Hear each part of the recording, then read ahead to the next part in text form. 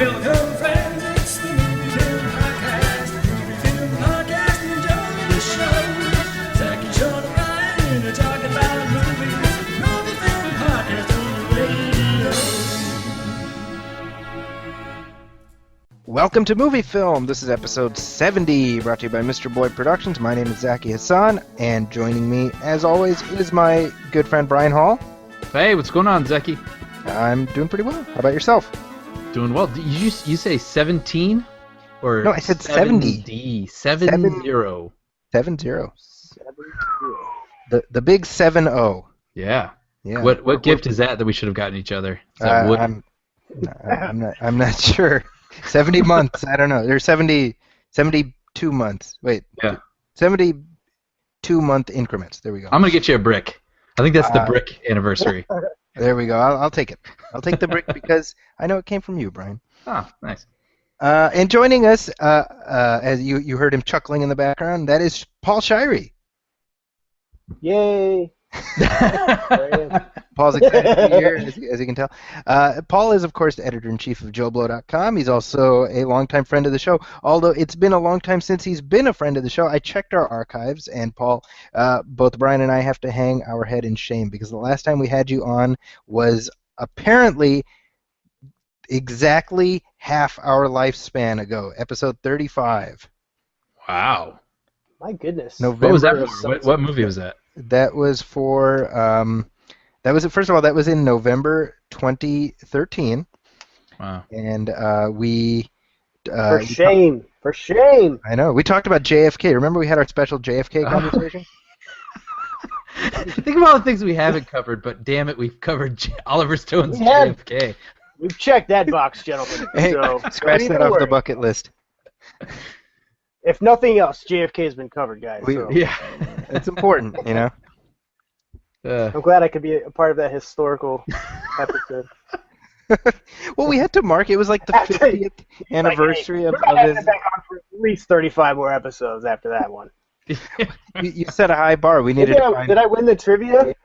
Maybe I won the trivia and you guys were, burned your ass. So you're Yeah. like, he ain't coming back.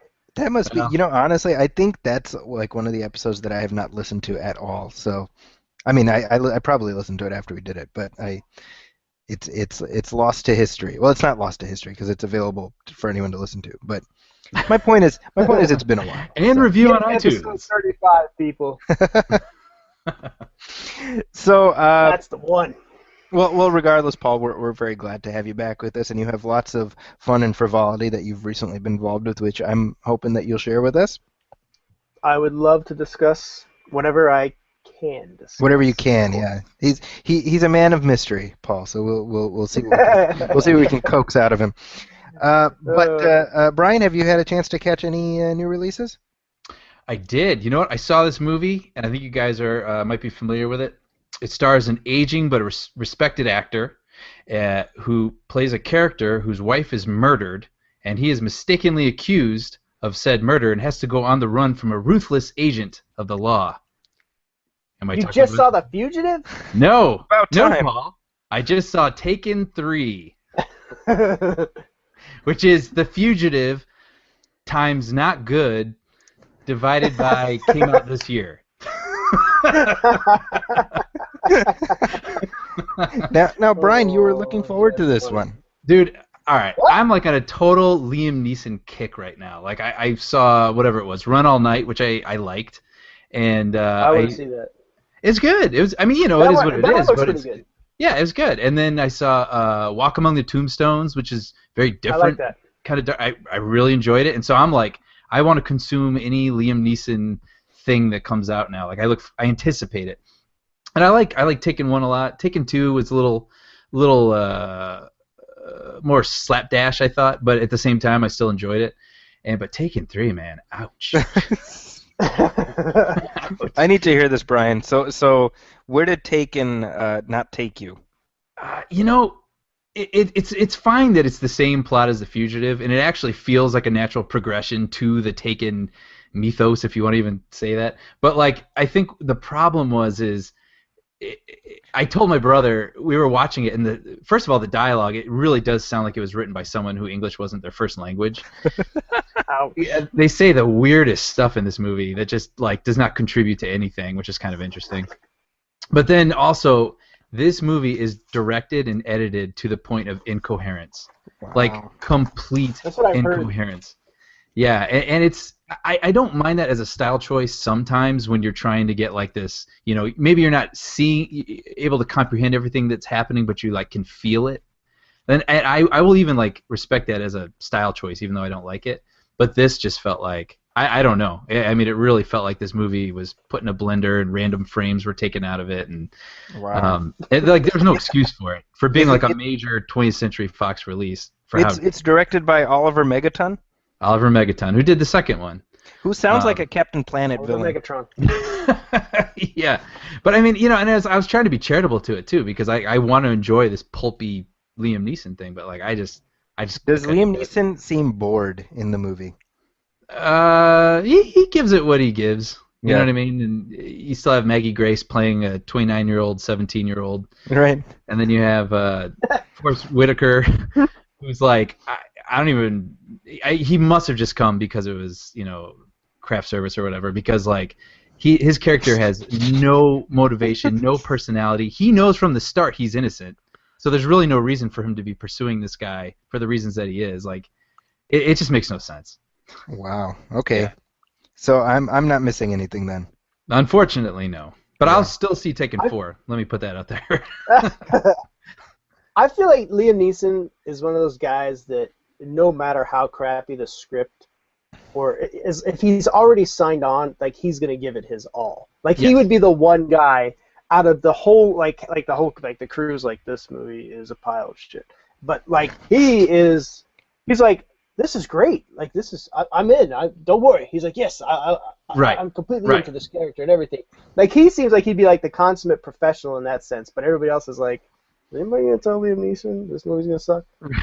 Well, and Don't also tell. disappointing because I mean Luc Besson. I like Luc Besson, and his movies are like kind of wackadoo. So it's like that's cool. I get it, but like for some reason this one specifically just didn't come together. Well, and talking of movies that didn't come together, I should mention a documentary that I just watched, which I think both of you guys would really enjoy. It's called Lost Soul, and it's about the making of the 1996, I think it was, Island of Dr. Moreau. Which I've never seen. Yes, Have you seen that, I Paul? have heard of this document. I have. I saw it at the theater by myself many years ago. Oh, really? Strange experience. Yeah. That I remember walking out of that movie and I was just like, what was that? It's just so strange. It was Frankenheimer, right, that directed it? It was Frank. Well, Frankenheimer was brought in at the last minute to triage. Right. And oh, it's just such a strange movie. And I remember David Thewlis as the lead just felt completely off. Like everything felt off. And Val Kilmer's character, like they couldn't decide what his character was. Like, Yeah. is he like a good guy and is he like gonna be emerge as like a protagonist of some sort? Is he just gonna be this weird dude? Like I just remember nothing came of his character. And the whole thing was just weird. Well, essentially, so what happened is and by the way, I was motivated to watch this because a podcast that Brian and I both listened to, How Did This Get Made, did an episode about the island of Dr. Moreau, and so that brought like all those memories. It was like a repressed memory. It just came flooding back after nearly 20 years. And I didn't want to revisit the movie itself because once was enough, but I had heard about this documentary. I was like, I really want to see what did happen behind the scenes. And, so of course, it was brought to New Line Cinema by a director named Richard Stanley, who had been, wanting to make the Island of Dr. Moreau movie for many, many years. And it was sort of his passion project, and he had, sketches and the whole shebang. So he sold the studio on the concept, and then, the way it usually happens, he was a relatively untried director. And once they got Marlon Brando on and they got all these big names and they felt unsure about him, and basically he got steamrolled over after a week or so by these sort of big personalities. And so New Line crap canned him. Actually, before that even happened, the original leading role, so the David Thewlis role in the movie, they had actually cast Bruce Willis. Oh, wow. Yeah, yeah, exactly. That explains a lot of the awkwardness. Like, why is Doolittle. Well, so He's Bruce just Willis not was your lead. that's exactly it. So Bruce Willis was cast, and then what happened is that he was going through his divorce at the time, so he couldn't leave the country because of custody issues and whatnot. So he bowed out. So then they got Val Kilmer, who was just off of Batman. So this was like peak Kilmer, basically, right? Right. And Kilmer's like, yeah, I want to do it, but I want to do like 40% less of the work. And they're like, well, this is like all the of my lead- complaints about the film are coming clear now. That's exactly that's what you're saying, Paul, is very So funny funny. because exactly it's all. So they're like, okay, well, we'll make you, Dr. Moreau's assistant because he's got less, screen time. Okay. So they give him, and then they actually cast Rob Morrow as in the Bruce Willis / Val Kilmer / David Thewlis role. They actually cast Rob Morrow, and Rob Morrow shot for about a week and a half, and then he actually called his agent in a panic, and he was like, "Get me out of here! This is crazy." I mean, it's just bananas, and so this all goes on, and then basically New Line in a panic fires Richard Stanley, and they bring in John Frankenheimer. Why did Frankenheimer come in on this sinking ship? Because he wanted to work with Marlon Brando, and I was gonna say why, yeah. he came in a seriously. Brando fan. He did not leave a Brando fan. And Wow. he didn't get a chance to put in a car chase either. So everybody lost. Yeah, when you think about it, John Frankenheimer, absolutely the wrong person for a movie like this. Yeah, seriously, like he's like a action thriller kind of guy. He's Right. Not This is some the dude Manchurian for like Candidate. this. Yeah. Yeah, like it's just the wrong. Everybody was wrong. First off, the movie should never exist. Yeah. It's a horrible movie. It's really, really bad. I wouldn't even recommend watching it for curiosity's sake because it's just terrible. Watch the documentary. You do not have to have seen the actual movie to be able to appreciate this documentary. It is fascinating. And Brian, you and I last time were talking about these sort of like, inside baseball, what could have been documentaries about movies that never got made. It's like a whole subgenre here. Yeah. There's also Jodorowsky's Dune, which is also very good. But highly recommend this. Really, really good. Lost in La Mancha. That's another good one. Yeah. Or Heart of Darkness. Yeah. Heart of Darkness, that's my favorite. Yeah. There you go. This is like That's the my sequel. favorite movie about making a movie. Paul, this is like the sequel to Heart of Darkness because it's two movies really? that Brando screwed up. Yeah. Well, I'll definitely That's a hell of a selling point right there. That's enough to get me to watch it.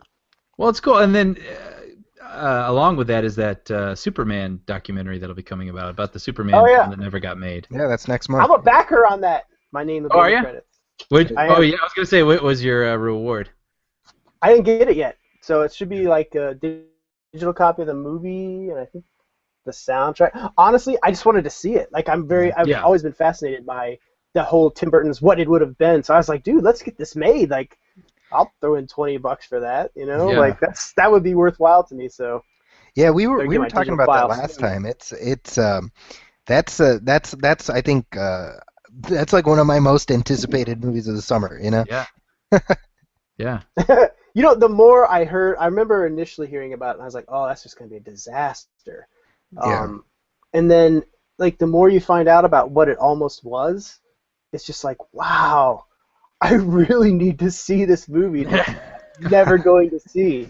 Because, it's just, there's so much going on. I was like, I need to see this. And you know what? Had they made that movie, even if it was basically terrible or just terribly weird, I think today we would love it. It would be a huge cult hit. Right. Like it should be a massive cult movie if nothing else. Wait, along And those I think lines that would though, have been worth it.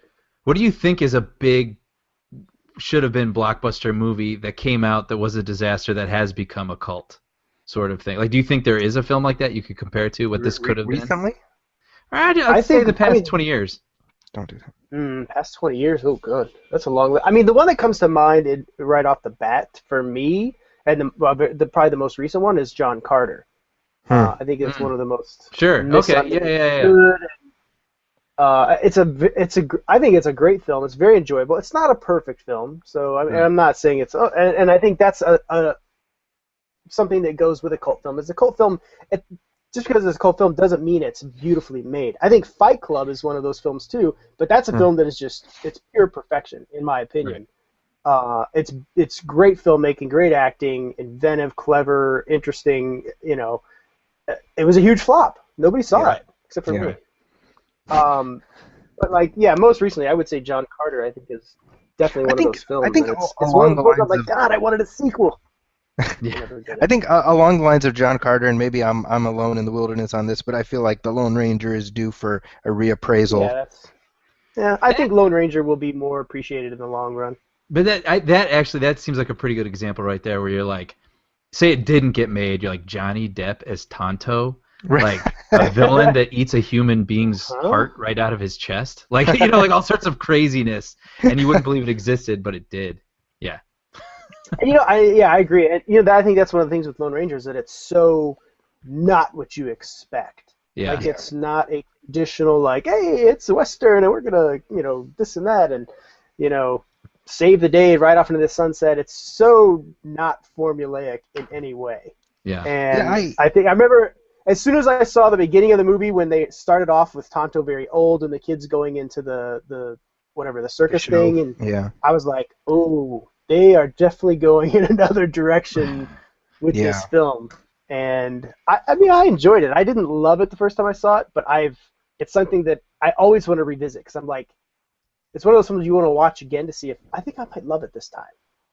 Well, it's a film that begs to be watched again. I just revisited it this past weekend with my kids, and it's I think Brian, when we talked about it before, you mentioned how the middle is kind of soggy, but the final act, the big train sequence at the end. I mean, say what you will about the rest of the movie, that final train sequence is worth the price of rental or what have you just by itself. I think it's so Totally agree. phenomenally staged. It's amazing, Yeah. Well, I remember specifically. There's a great 2-hour movie in that 2.5-hour movie. Yes. Yes. It is full of kind of indulgent, excessive stuff, much like Avengers: Age of Ultron, where it took a lot of like they didn't kill any darlings. They're just like, oh, we're going to leave everything in. Right. Everything's good. Like, no, it's really not. Some things can go. And I think I agree with that assessment. I think it'd be a good 90-minute movie, honestly. I think they could have really trimmed it down, focused more on the action and adventure stuff, and it still kept the weird, like, kind of out there stuff, that made it interesting. But you would have had a leaner, better film. It was more accessible to all audiences. I mean, Zach, did your kids like it? Were they able to see the whole thing? They love it. Yeah. Really? They've seen it a bunch of times. Yeah, I took my old. It's funny actually because I strapped them down. They love it. You're watching Lone Ranger again. It's like Clockwork Orange. I love it. Yeah, exactly. No, my keep your eyes open this time, or I gotta put the device on. What's it gonna be? I love Lone Ranger, Dad. Again. All right, you pass. You don't have to watch it again. Oh, thank God. My oldest, I took him to the theater. This is when so 2 summers ago, I took him to the theater to see it, and this was, it opened on a Wednesday. I think we went on a Friday. So by Friday, it was already a flop. Like it had been in theaters 2 days, but So we left the theater, and he was like, "Oh, can we go see Lone Ranger 2 when it comes out?" And I'm like, "Son, it's gonna be Lone Ranger 2." But it's funny actually because my number 3, who is 4 now, he watched it, and just like an hour ago he made like a little pistol out of his blocks, and he strapped a mask on, and he's like, "I'm the Lone Ranger." So he Yeah. And he was like, with pride. I did indeed. So I was the Lone Ranger for Halloween when I was a kid. I used to love that. I watched was it 1980? I think it's actually 1980. With whatever the old one Lloyd? is. I loved that film as a kid. Loved it. And I mean, I was like a fan of Lone Ranger. That's how old I am. Sure.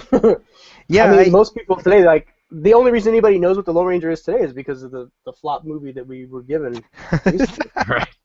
It's true. If that movie hadn't come out and you said Lone Ranger right now, people are like, who is the Lone Ranger? Oh, it's true. That's absolutely true. Yeah, it's incredibly depressing. It's old timey. People don't know these old timey heroes. Our only old timey hero these days, Brian, is Don Draper. Well, speaking of Don Draper, what a segue! Shazam! well, I've been a longtime fan of Mad Men, and I know, Paul, you said you are planning on beginning to binge watch it now that it's available on Netflix. And Zachy, you have not kept up with it, so I won't get too far down the rabbit hole with this, or at least certainly not into spoiler territory. But I just had to eulogize it a little bit because this was a show I've loved from like day one all the way through the end, and like I know it had its sort of saggy moments throughout some of its 7 seasons, but I felt like even its least moments were still great. Okay, so Brian, before you talk about the finale, you say you loved Mad Men from the beginning. Why? Yeah. Great question. Yeah, no, it's one of these things where so many people, you watch a movie and you're like, why didn't that work? Or you watch something where it's like all the pieces were there, the actors were good, the setting, the plot, everything was, but for some reason it doesn't work. This is one of those things, like any great television show like Breaking Bad or Sopranos or something, where like all the pieces came together. Like it had a really interesting setting, but it never made the setting like wink wink. You know what I mean? Like it didn't put any of the like, well, women don't have these sort of rights, and this is how this is. Like it just, it was all. It dropped you into that setting rather than putting the setting as like an additional character, and then the characters themselves were rich enough on the page, I assume, but the actors that they hired like completely embodied them in ways that I'm sure the creators could have never even hoped for, and they did a AMC building up to the finale. They did a marathon. And this is one of those things too where I watched it, but I never went back and watched reruns. Like I just watched it as it went and just enjoyed the ride. And watching the reruns, I thought I would be like, well, I've kind of forgotten that storyline or whatever. I just fell right back into it. And the first night that I started watching them, I actually watched I think like 4.5 straight. And like the only reason I stopped was because I had to go to bed. So it's just one of those things where, like, years later, those stories, and I already know where the characters are 5 years later, they still hold up just in how well they are executed and in engaging that they are. But anyway, the finale, I have to say, being a fan of the show, I really enjoyed it. I thought so Paul, you have something to look forward to, because I thought it did a really good job of not, I think a lot of times when people do finales, they feel like they have to have a like the end, like a final, like this person's dead, the end. They're like, or this person, and it doesn't really feel like it has to do that. It stayed true to sort of the tone of the show, and like it kind of gently nudged its characters in directions, that felt accurate, and it felt satisfying, whether you were, happy for them or not happy for them, and it felt true to itself all the way up to the end, and I was a big fan. So nice. I haven't seen. I didn't read any of the spoilers or anything like that, but I will say, and what it sounds like is that it's one of the finales that just doesn't spell it all out for you, and kind of leaves it open, as you said, to kind of you can kind of like make your own assumptions. And for me, I call that like the Castaway ending, because I know the Castaway ending pisses a lot of people off, because they're like, well, I want to know, did Tom Hanks drive down the road and like, go to dinner with this chick and they get married and have kids and live happily ever after? It's like, you're missing the point of the film. He's at a crossroads. Everything is about the choice he makes. It's not about how he ends up. And I think that's what that's what I respond to in a finale, is like, does it lead to a place where you can feel like, yes, this is right. Like, because anything could happen. You could never see a finale unless you're watching every single year of the person's life till the day they die. Right. You can't know what's going to happen between, like, what is the ultimate end, unless you see them die. Right. Exactly. So I appreciate that. Yeah. The arcs felt satisfying, especially having revisited season 1 through the marathon. You start realizing all the things that they had just set up at the very beginning that they held on to the entire way, and then like I say, the end felt true to itself. And like the arcs felt complete enough. Whereas, like, unless we see exactly how all these people died, like, who knows what's going to happen the next 20, 30 years of their lives. But at least we know it pointed them in a direction that I found satisfying. Right. So. Yeah, I mean, it's kind of impossible for any character, you know what I'm saying? Like, to know what happens to them after the credits roll. Anything. Yeah. I mean, just look at like everyday people's lives. You know, you're like, holy crap, did you like hear about what happened to so and so? You know, like, oh man, I never would have thought that 20 years ago. You know, Yeah. and it's But I mean, but that's how unlike a life works. movie, you didn't just spend 2 hours with them; you spent years with them. So I can understand like the feeling where you'd want something a little more finite than maybe a movie would give you. But Sure. that's another praise I'll give the show is like this. The way I've tried to describe it to people, because I know some people don't like it, and I wouldn't hold that against them at all. But like what this show did really well was it really felt like you were reading a book. Because it wasn't always about will he or won't he get this deal or what, like it was about the things in between those huge moments. You know, you spent a lot of quiet moments with these characters, so you felt like you understood them even better. You know, so when the big moments did happen, you know, you understood their psyche and like their reactions and everything so much more than you would other characters that were painted maybe in broader sort of strokes. There's a lot of like minutia to this show, and I think that turns some people off and others on. But I found So you it. think people that don't like the investment, is it like? It just Would you say that maybe that's a deterrent? I think maybe just character or viewers that maybe want bigger moments, you know, that aren't interested in the things happening in the corners of people's lives, you know, that which I wouldn't hold that against anybody. Like sometimes if you only have so much hours in the week, you want to watch something that packs a little bit more punch, and I felt like this show did pack punch, but in a far different way than most shows do. So this is something that had like way more build up, like good payoffs, but it had a lot of build up to those payoffs. Is that? Yeah, but it was about like the smaller moments in their days, and that helps you to understand like these people smaller better. build up moments. So you had a gradual understanding of why they act the way they do. Yeah, and I found those smaller moments to be engaging. You know, whereas other shows or TV or movies try to do that, and it just feels like, oh, come on. You know, like I always found all the smaller stuff really fascinating with these guys. So, Brian, here's my question. You know, you get that edge. I'm sorry. Go ahead. Well, just real quickly. I mean, obviously, when you talk about an edge, you know, Breaking Bad, pretty edgy. Sure. And it's considered kind of the sister show of AMC. You've seen both shows in toto. Which do you consider a more satisfying experience? Oh man, you know, it's really hard to say. Like they're so different. You know what I mean? But I found them both. I know this feels like a cop-out, but I found them equally satisfying because they never, you know, where Lost like kind of got a little aimless. Yeah. You know, in the middle, and then What? yeah, you know, I still consider myself a fan of that show. I love Lost, but I agree. Like it. Yeah. Like I felt like biggest- Breaking Bad and Mad Men just did a really good job of sustaining. As different as they were both equally satisfying to themselves. So they were both shows too, and even though they're very different, like Breaking Bad had a lot more jaw-dropping moments, let's say. Sure. They were both shows that I found myself yelling at the television.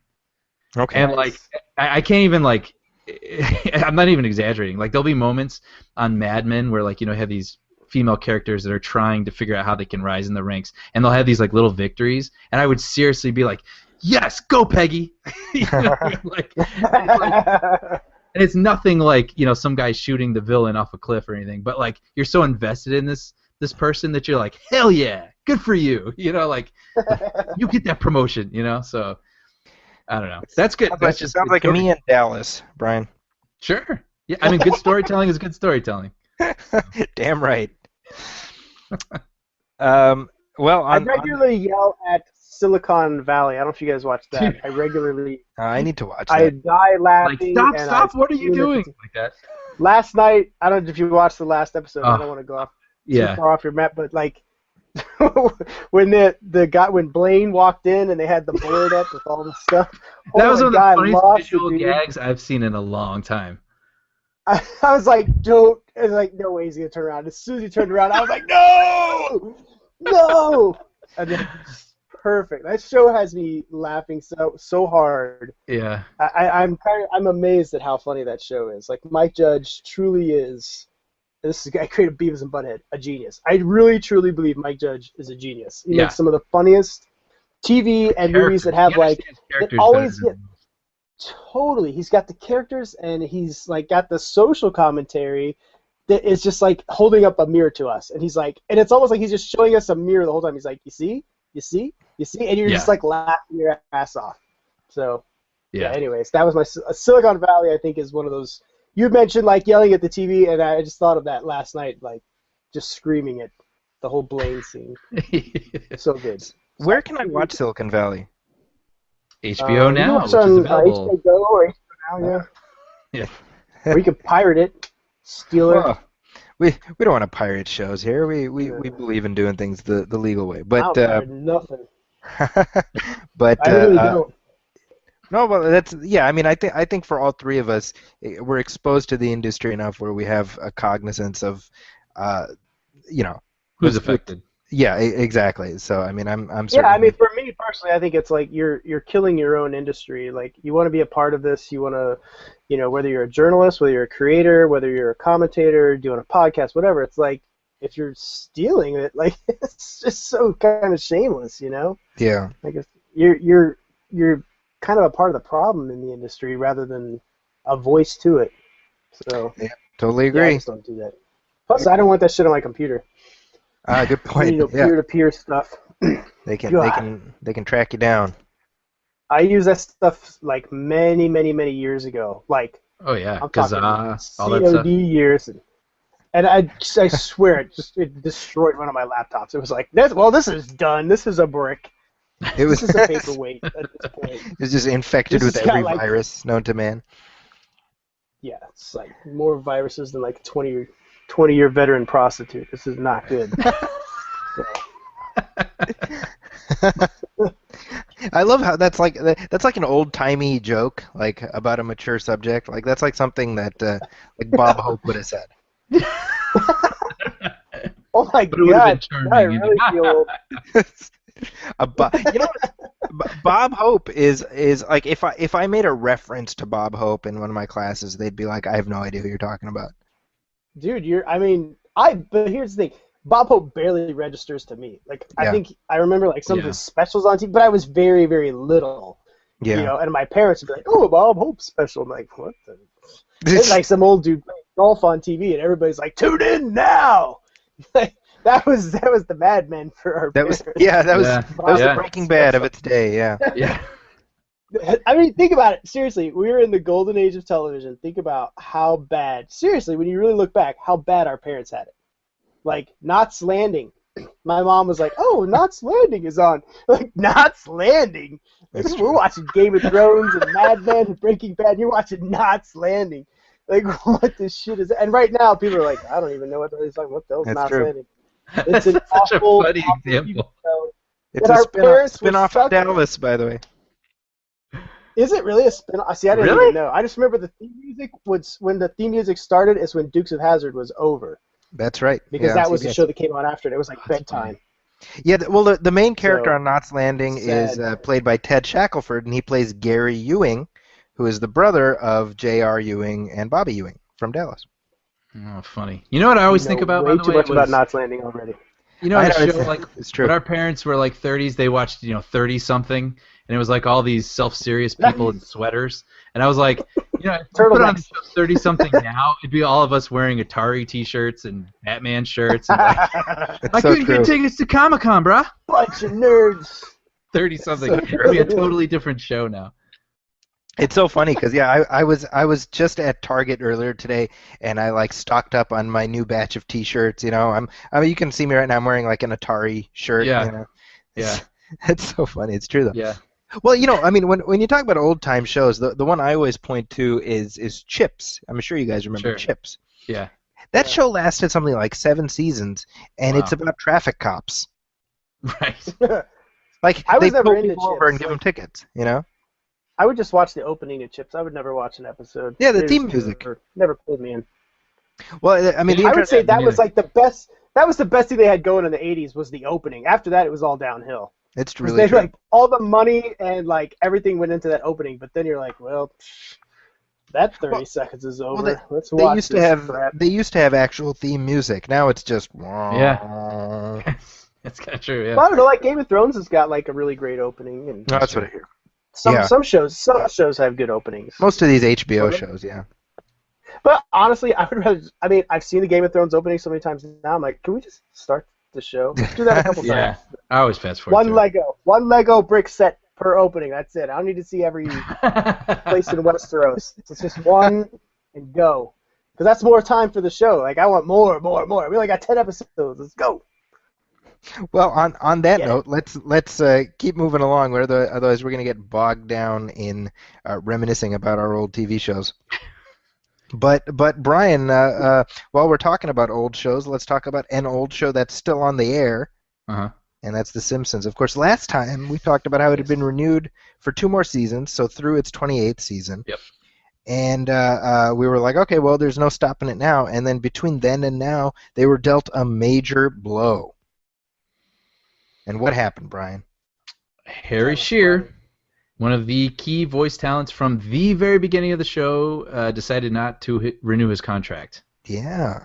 So that's crazy. I mean, after it'd be some if it was like the show had been on for 4 seasons and then he decided to leave, it'd be like, oh well, that sucks. Yeah. But, I mean, going into what would you say, 27, 28? 27, 28, yeah. Yeah.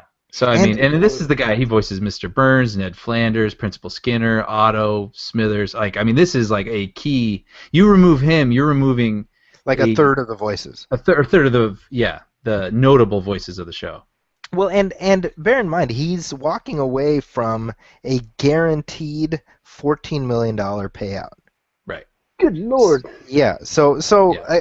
Look, let's handle his motivations in just a second. I hope one day to reach the point in my life where I can walk away from $14 million. Be like, here's $14 million. I don't need your $14 million. Yeah. Keep your 14. And bear in mind, this is $14 million for what amounts to about 20 hours of work a year. Yeah. So basically, what you're doing right now, sitting in a chair with headphones on, speaking into a microphone. $14 million, and he was like, that's cool. Yeah, so this is now Brian, and I think you've told this story on the show before, but Toddy, you met Harry Shearer many moons ago. Yeah. This would have been probably 10 years ago, I think. Yeah, it feels like 10 years ago. What was it? It was like 2005-ish or something like that. So 10 years ago, yeah. And it feels like, and I could be completely wrong on this, but it feels like lately you through Twitter and social media, the opinions of people, like actors, and how they really feel about things a whole lot more than you ever did. So anyway, I think it's kind of well documented now, Harry Shearer's disdain for being on The Simpsons in later seasons. But at the time, in 2005, when I met him, I was like, holy crap, like, I'm a huge fan of The Simpsons, and, your character specifically, and da-da-da-da-da, and he had this real weariness about it.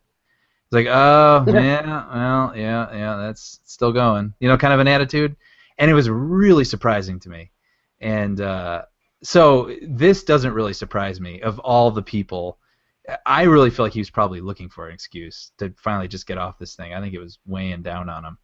Huh. Well, Wow. now, let me ask you this, because this is something I heard. I don't know if it's accurate, and I don't really follow it that closely, honestly. But he tweeted something about how, because somebody had asked him on Twitter, they're like, what's the deal? And he had tweeted something about how the showrunner wasn't going to allow him to do other projects. Or he said something had changed where he wasn't able to go and do other projects along with that one, and that's why he wasn't renewing. Yeah, I saw that. 'Cause I saw his tweet. Yeah, it sounds a little dubious, though, the more you sort of look into it. It does, because Paul, Yeah, I read an interview with Al Jean, who's the current showrunner, and he's basically like, look, he lives in England. We record him over the phone. Like, how much... He can do whatever he wants. He's like, it takes about an hour to record each episode, Yeah, and that's why, again, like, I don't know that much about it. I just saw his response, and I was like, I mean, what is Harry Shearer, other reports lining up pointed for toward merchandising points. Like, he wanted more money from the merchandise. Yeah. But Which, again, to me, I feel like he was just being difficult on purpose. I think he wanted out. That's okay. So that was my impression.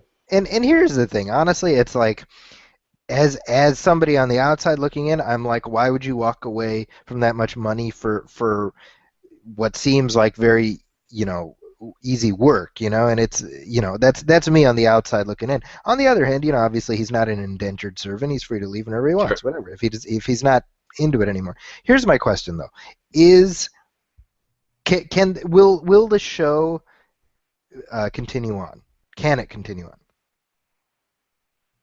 Yeah, well, yeah, I think so. I mean, well, I have two different thoughts about this. My first one is I know a lot of people brought this up where they're like, well, look at when Mel Blanc died, and we still have Bugs Bunny, we still have not Donald, Daffy Duck, and Porky Pig, and it's like, yeah, I've never really thought of The Simpsons that way because they're so specific to me, like my whole life and everything. So it's hard for me to, and even with Kermit the Frog and Jim Henson and everything like that, which we've come to accept.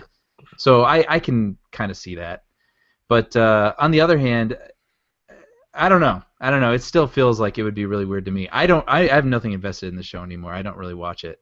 Yeah. So I think to me it already feels like something different from what I used to watch as a kid anyway. So I don't know that it makes that much of a difference. But well, you do still watch. Is it the show that's changed for you? Is it the show that's changed for you, or you've changed? I think it's the show.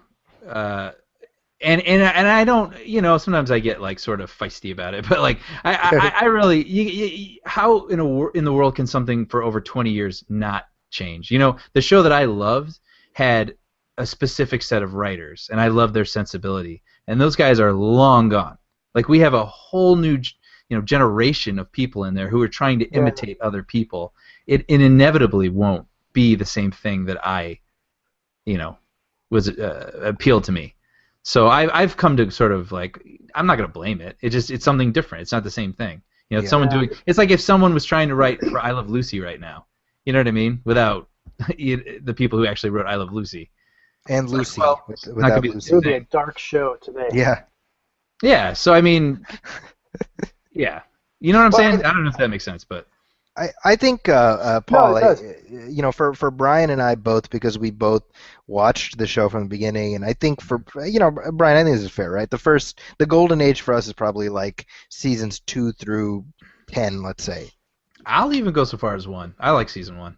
Okay, so the first 10 years of the show, right? Yeah. So the show has now been on for 26 seasons. So in other words, it's been mediocre to bad for twice as long as, or almost twice as long as it was good. Right. Now, I would argue that it's been the show that hasn't been the show that I've wanted it to be. I won't even say it's bad because there are a lot of people who like it. That's Brian's safe political answer. But I'm very diplomatic. Yeah. But let me ask you this: do you think like the characters, and I know sometimes they explore different avenues with like kind of the out there storylines, but do you think because they're always the same age that's a contributing factor to like kind of what makes it stale? I think there's a good argument for that, but I don't think it has Bart to be Simpson's that way. been in 4th grade for 20-something years. It's like that's a long time. Yeah. Well, there's that, but something that Harry Shearer has actually said himself was that a lot of times there'd be a line for him as Ned Flanders, and he would be like, Ned would never do that, or Ned would never say that, and they would be like, just read the line. You know what I mean? And so I think there was a time when he cared about these characters, but it seems like the writers, maybe because they've exhausted themselves, how could you not with 500, almost 600 episodes? The characters start to betray themselves a little bit because out of necessity, maybe? I don't know. So, it can't be the same thing when you run out of things for those people to do. Without having them change in ways that may not feel natural. Yeah. Well, and I think and I guess that's my point, or I don't really have a point per se, but just my perspective is that with the characters always being stuck in one age group, one mindset, like even though you can go on your little tangents, your creative tangents, do some crazy stuff, in the end you're stuck with a character at the exact same age, in the exact same place of their life for 20-something years. That's a hard task to pull off, and to still make it entertaining and original So, I mean, I could see that, and I've always felt that way, and I think that's why I've never been pulled into The Simpsons. I've always, like, if I watch it, I'll laugh, I'll enjoy it, but I've never sought it out, because after the first season, which I did watch, I was kind of like, okay, I got it, like, I never really got pulled back in. Right. Now, Paul, your site, joeblow.com, broke a scoop, so why don't you share that with us? Today, shared the fact that we will see Lex Luthor don his decades-long, very popular green and purple armor, his war suit, if you will, and he will be wearing it in the film. To what effect and to how he'll be using it, whether or not he'll be in a big battle with it, I can't say because I don't know. But one but can I presume do know. probably. Right. I mean, I can't imagine he's going to put it on and just be like, hey, look at me. See ya. Yeah, so basically I just, one of my sources let me know. It's this very trusted source that has proven themselves time and again to be exceptionally accurate, so they've never led me astray. There's certain Let's call people... him Brian H. That's a little tough. Let's call him B. Hall. We'll just call him Paul Bryan. No. Brian, expect a call from Warner Brothers later? Yeah. But yeah, I mean, basically, that's what we're going to see, and I think it's a very... I think in one aspect, people expected that. They're kind of like, well, yeah, that sounds about right. But it hasn't been confirmed, and certainly people can take it with a grain of salt as I put it out now. But it's going to happen. You're going to see it. Well, and I mean, another bit of news that I'm hearing is that they're going to incorporate Doomsday into the film as well. I cannot confirm Doomsday. But I can confirm that there is another big villain. Okay. That will be in the film. And I don't know. It's not a secret I'm trying to hold back or that I can't share. So Sure. I don't know. And my source doesn't know. And apparently WB is holding that very close to their chest. And I know that that information it's been discussed before. It was discussed on Badass Digest and most recently with LMBMA, which is kind of like the same news. I call that deja news. That's my new thing. News is reported again. News again is So we got some deja news there, but it could be accurate. I mean, very very well could be accurate. Well, it seems interesting because with Superman and Batman films, they seem like they just exist in their own sort of cinematic universes, and they don't embrace the comic bookiness so much. But it seems like this upcoming film is looking to do that. Right? I can tell you that from what I know of Batman vs Superman and Suicide Squad, you are getting they're going all in. And I think I was talking to Zachy on Facebook about this earlier. But rather than doing kind of the slow, long form build that Marvel has done. Mm-hmm. They're like brick by brick, film by film, to build their universe. From what I know and from what I've seen, it looks like with WB and DC is they're playing some serious catch up with Suicide Squad and Batman vs Superman, and they're going to be introducing so much stuff into both of these films that it's like they're setting the stage for everything that's going to come after, from Justice League to Green Lantern to Flash. And everything else, they're jumping in with everything is already established. Like, you're jumping into the middle of the universe, whereas with the Marvel Cinematic Universe, you start with Iron Man, and it was like, oh, so you just have a guy that created this suit, so it's a bunch of suits, and then, then you have, the Hulk, and so there's a guy that turns into Hulk, so, okay, there's another thing, and there's another thing. With the DC Universe, they're like, everything already exists, which... With Man of Steel, you may think, well, that was the first time they're talking about aliens, and the first time they're doing this. It's like, yes. But with Batman vs. Superman, they're throwing it all in there, and everything is going to come to fruition there. And with Suicide Squad, you're going to have so many Easter eggs and so many nods to the universe that it's it's going to be completely unmistakable. Right. So they're definitely in the universe building business at this point. So it's not about making... It's funny to me just seeing, and I think, Brian, you and I, we've talked about Batman vs. Superman enough where we're sort of at a place where it's like, well, we have some concerns, but let's take a wait and see. I think, right, Brian? I mean, that's pretty fair, right? Yeah. But it's been funny to me to see the reactions online where, I mean, in essence, we have Batman vs. Superman, and then a month later we have Iron Man vs. Captain America. And they're both crammed full of other characters and Easter eggs and setting up future. I mean, you know what I mean? They're in essence doing the same thing. Mm-hmm. And yet the reactions you see online to Captain America: Civil War are like, oh my gosh, and they have this, and oh, that's great, and oh, they're doing this, that's so cool, and oh, you're so and so, that's amazing. And then with Batman vs Superman, did you hear Aquaman's in it? It's stupid. Your Doomsday's in it. How dumb. And you have to feel bad for the DC people because they're like, come on, really? Right. Well, I think the problem with the DC is that they just haven't had enough films to kind of prove their worth in that sense. Yeah. And as much as people loved Man of Steel, there's kind of is an equal amount that hates it. So There really is. And it feels very vocal now. Oh yeah, and they haven't established Batman yet, and you already have like the people that hate Ben Affleck for kind of not a non-justifiable. They're like, I just hate him. Yeah. I'm like, well, what don't you like him? Like, I just don't like him. I'm like, ugh. Okay, great talking to you. Thanks for sharing.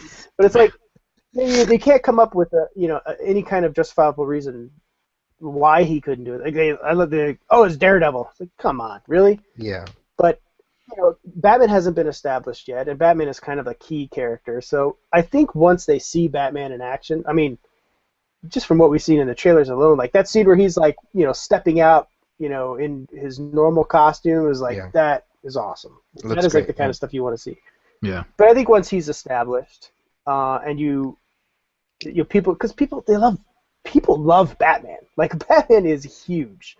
Like it's one thing I've noticed is like if there's anything that's going to get a shit ton of comments, it's anything Batman related.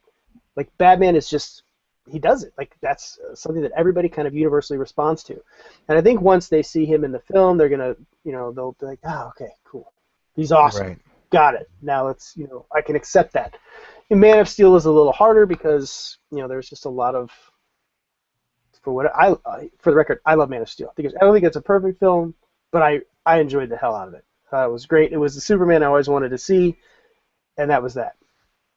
But I think that there's still people that have to be won over, and that's the problem. Whereas with Marvel, they've got however many films, I don't know the exact number, however many films that have already established themselves. People have favorites they can pick. Some characters they like, some characters they don't, but it's enough that they'll buy into, whatever Marvel is selling at this point because they've kind of been rewarded for that faith.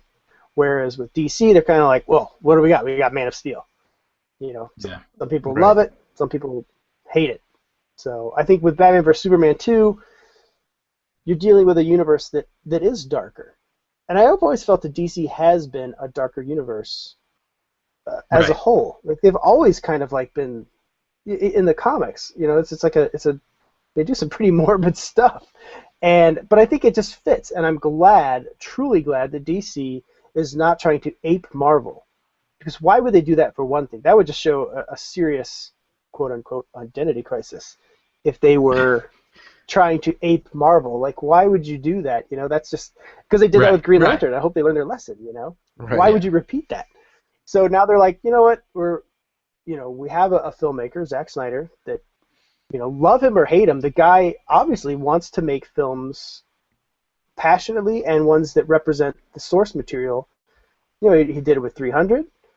He did it with Watchmen, and I feel like he did it with Man of Steel. So this is a guy that's like, he obviously cares about the material. Maybe it doesn't win over everybody, but he definitely is like, I want to do this right. I want to do justice, and he's got the style to back it up, which I like personally. I guess some people don't like it.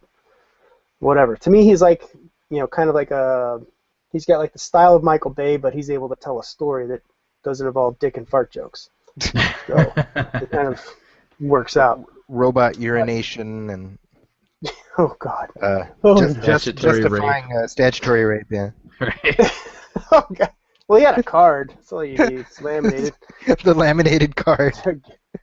Now, Paul, do you follow any of the DC TV shows? I don't. Yeah, we review them on the site. I have one of my guys, Alex Mady. He reviews them, and he does a good job. But I tried to get into Arrow. I watched. I got through half of season 1, and it had some really cool stuff. And I think it's a well-made show. But I had already gone through. I went through all of Smallville. I loved Smallville when it was on. But towards the end of Smallville, I really got fatigued. And that's why I kind of felt like what was happening with Arrow as I was going through it. And I was like, I don't want to do this again. Like, I don't have the time. And there's like 20-something episodes per season, and I'm like, oh, this is such an investment, man. Like, I'm not ready for it. And I have watched a couple episodes of The Flash, and I think that's a really good show. And actually, I'm saving on my DVR, and I'd always intended to go back and rewatch, but and Agents of S.H.I.E.L.D. just. I'm telling you, it's I have improved. all of those.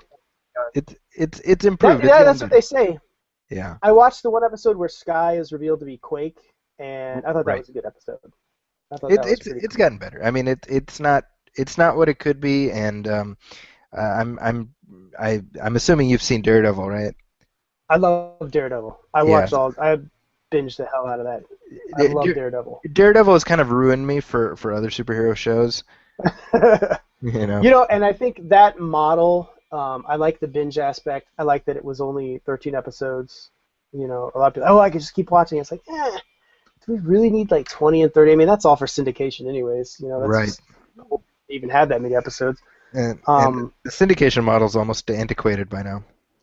Oh God, I mean, it's just too much. Yeah. But I thought Daredevil was outstanding, and I'm very excited to see the other Jessica Jones, Luke Cage, and Iron Fist, and the eventual Defenders thing. And I think so far they hit a home run with Daredevil, and be interested to see what they do with the other shows, if they catch on or if they're as high as quality of Daredevil. My only concern now with Daredevil is like, I know they've greenlit a season 2, but like how quickly they get that out, because you wait 3 years, even 2 years. It's kind of like, dude, that's a long time.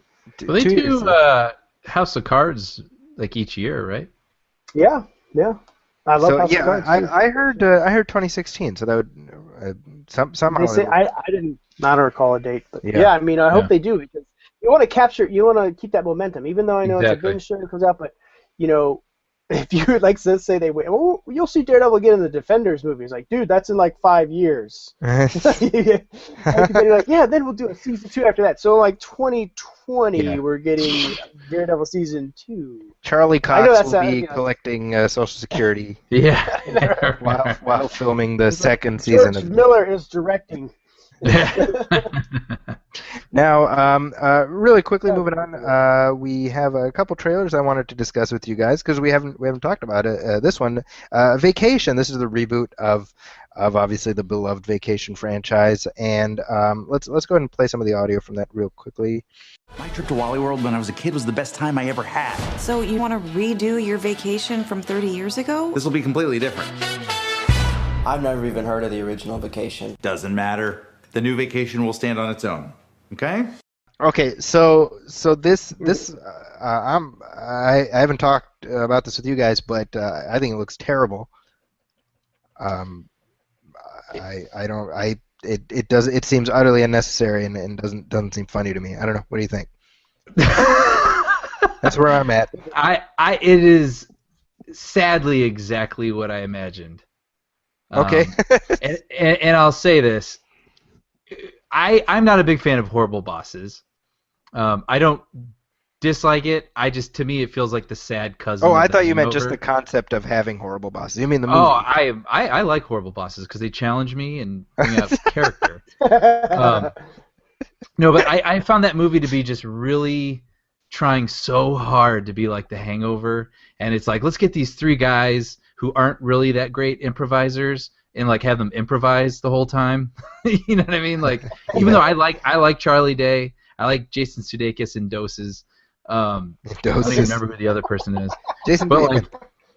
Jason Bateman, who he's obviously talented, but I don't feel like when you let him go off the script for a long time, he really can sustain himself.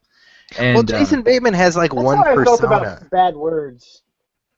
Oh, what's that? The movie that he directed? That's how I felt about Bad Words. Like, I thought it was like too much of him doing his thing, and it's just he has one set persona, which is I'm gonna put a pin in that. It's kind of like sort of like I don't even know what politely acerbic or something. I don't know what you'd call his thing. Well, it's just Michael Bluth is him, Yeah. So this just felt like another sort of like horrible bosses in by the way I'm defining it. You know what I mean? Just like this movie that's trying to feel like another movie but not pulling it off. Sure.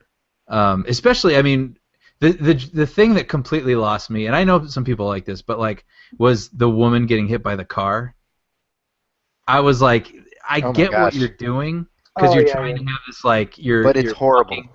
Well, you're trying to like say like this isn't your mother's vacation, or like this is where we're at now. I'm like, well, that's not what vacation is. Vacation is still grounded in reality. You know what I mean? Like that woman just got murdered like in the street. Like that's kind of not funny. You know what I mean? Well, and not just that. I mean, the joke, Brian, you pointed this out. It's an exact lift from a Family Guy. Exact literal lift from Family Guy, which it makes sense on Family Guy because Family Guy isn't grounded in anything. It's all about people can die, and it's funny because it's Family Guy and it's silly. But this is supposed to be on planet Earth, I think. So. So, I mean, you have to figure that the Family Guy people are pretty upset about this. You wonder. All of pop culture is upset with them, so. There you go. Right. Now, finally, the shoe's on the other foot, right? Yeah. not the brand of vacation I was sort of hoping for, and I realize you got to bring it into a new generation. So I mean, it's never going to feel like a movie from National Lampoon's 1982 or 3 or whatever that came out.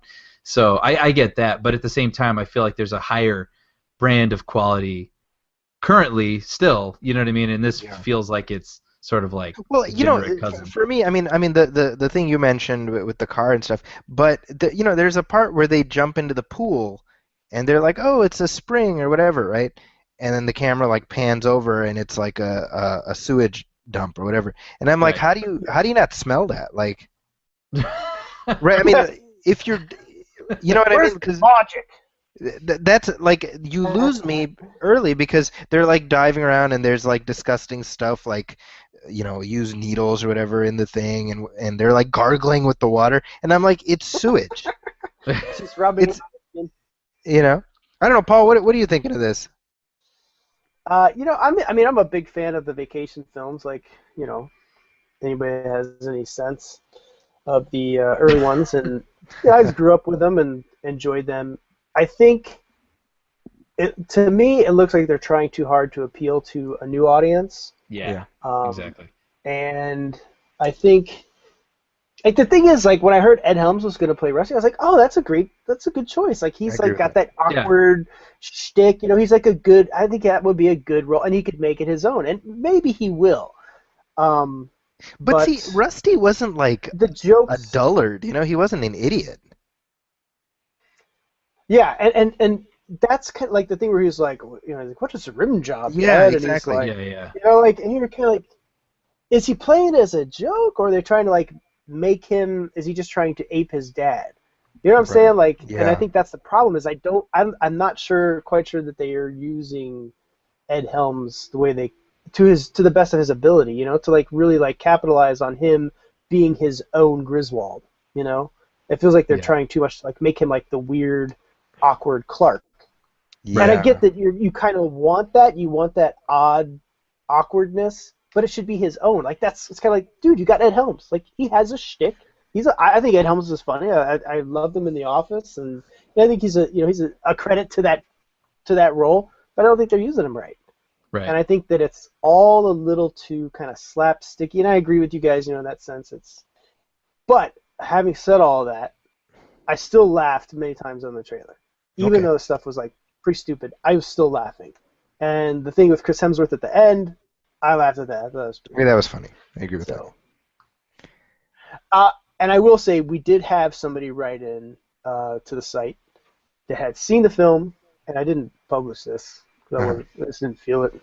But they hated it. Okay. Mm-hmm. And they said it was pretty terrible. They said that it's a lot of like excessive like F-bombs, like very like hard R in that sense, but they said that it's just was not good at all. They said it was kind of a travesty. So wow. Take that for what it's worth. It's just one person's opinion, and if we don't really publish that kind of stuff, if you send in like a review, like that's kind of like old ain't it cool news. Yeah, that's what I just say. That's kind of an AI thing, yeah. Yeah, so I mean, if somebody says something like that, I'll read it and I'll be like, yeah. I'm just kind of reading my own edification more than anything. But right. No, they were doing those test screenings right by my apartment, so yeah, I almost went. But I didn't so yeah, want to the guy stand that in line wrote in, for his it. name was Hall Bryan. Yeah, totally. Is this Same the Warner Brothers material movie? again. I am so dead. Again, Warner Brothers will be contacting you later. Well, another trailer. This one just dropped today, and this is for Steve Jobs. And this is Brian. It feels like a culmination of a very long conversation we've been having on this show because we've tracked this thing from through its development from studio to studio, and now it's actually here. Yeah. So let's play some of the audio from the Steve Jobs trailer. Two most significant events of the 20th century. The Allies win the war, and this. You can't write code. You are not an engineer. What do you do? The musicians play the instruments. I play the orchestra.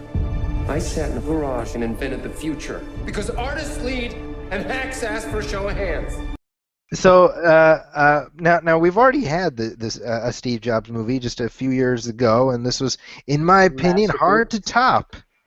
I'm talking about Jobs, starring friend of the show Ashton Kutcher. True that. Well, we had Ashton Kutcher on the show, Paul. Did you? We did, yeah. Back in when was that, Brian? Was that 20? Whenever Jobs came out. Whenever that was, yeah. So I don't know. Yeah, you know what's funny is that whenever people ask me, "Oh, how was it?" and how was he, and I'm like, he tried, God bless him, and you realize, like, whenever you say God bless him, you realize, like,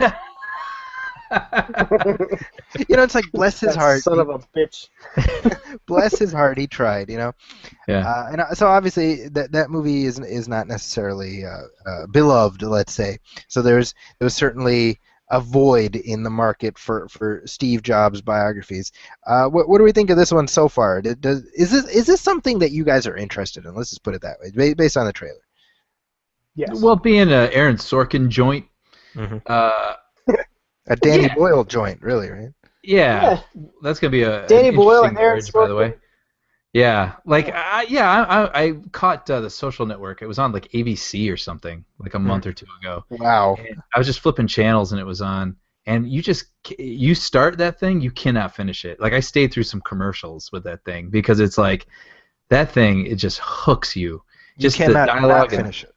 No, it's so crazy well written, and just the characters and just it's relentless, even though there's no action in it whatsoever. And so I'm looking forward to the opportunity to experience that again with this story, whether or not that's what this is. So that has you me watch the director's cut. of The Social director's Network. cut of Social Network. It has a pit didn't know fight there was with one. the Winklevoss twins and Wait, a dick fight? Did you say dick fight? and Mark. No, Pit.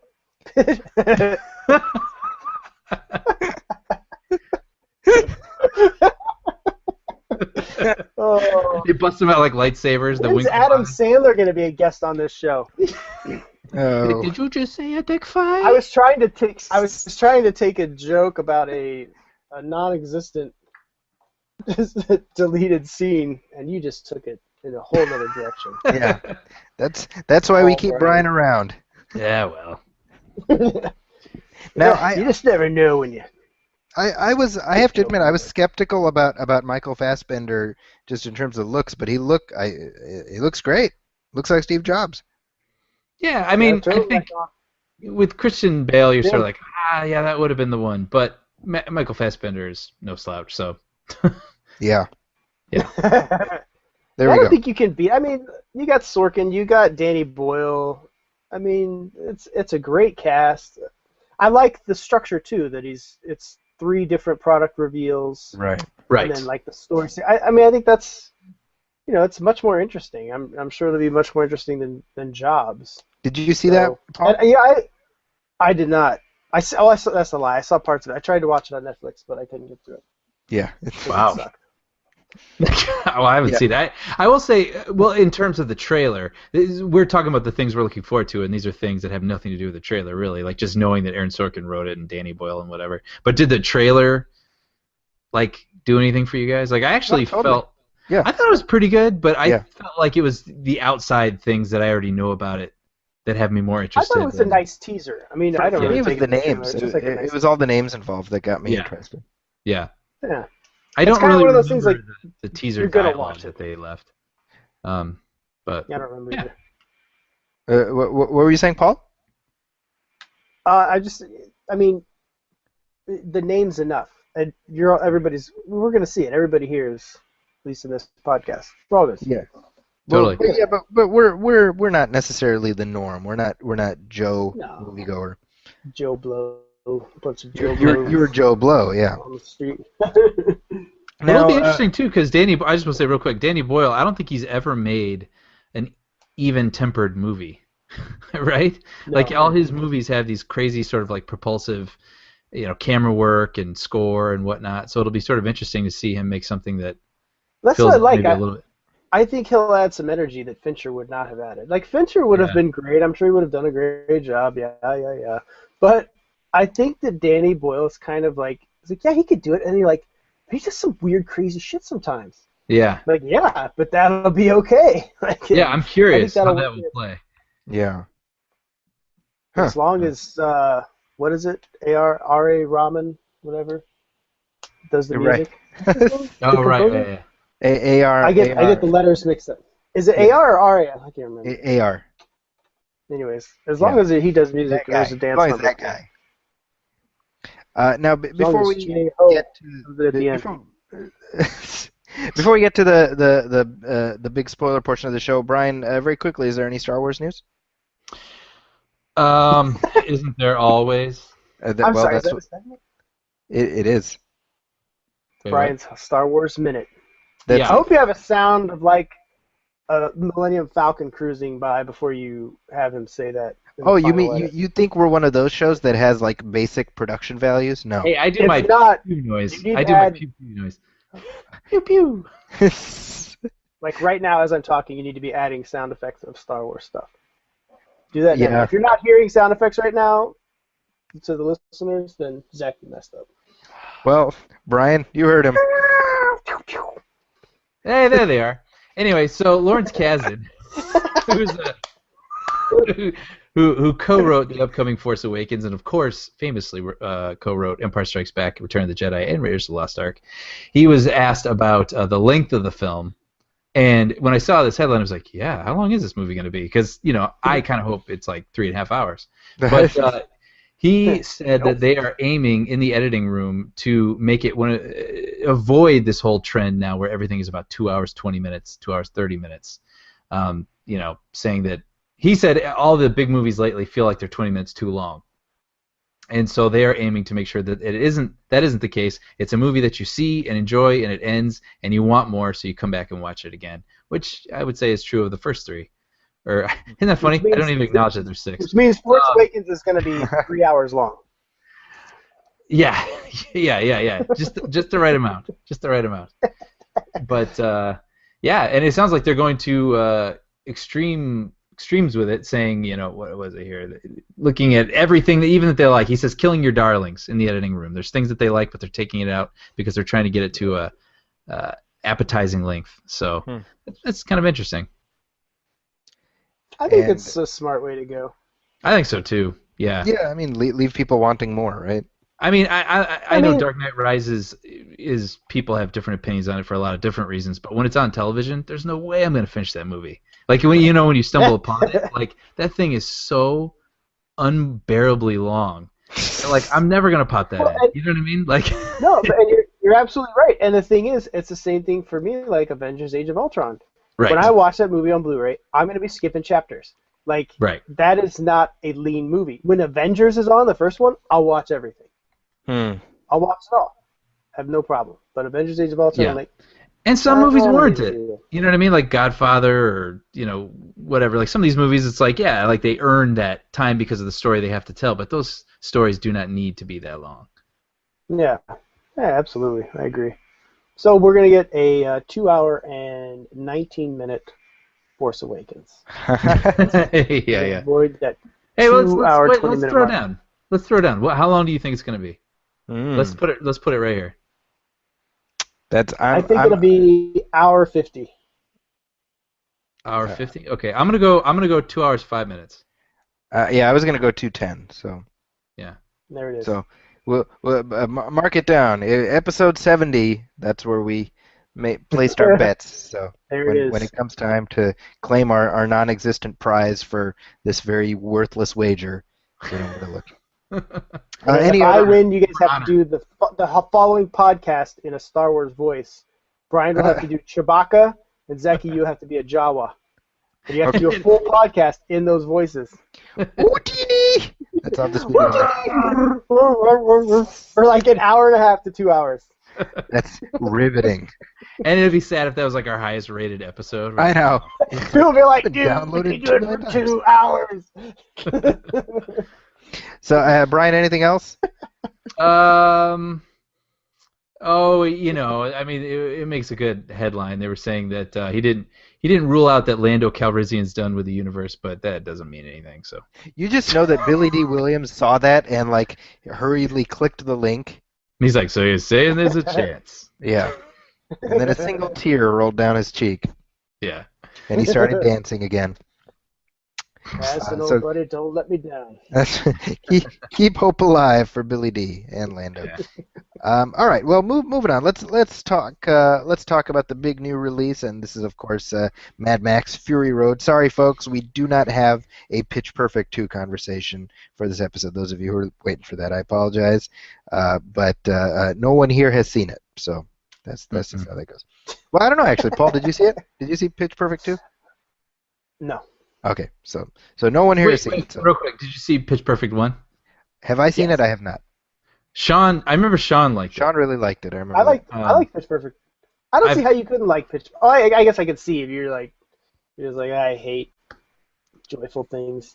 Nah, no, I'm not a very cynical person. I believe it. Like I believe it. I just haven't really had an opportunity to watch it, but I've heard people like it, so I just wanted to get your word on it. You know what?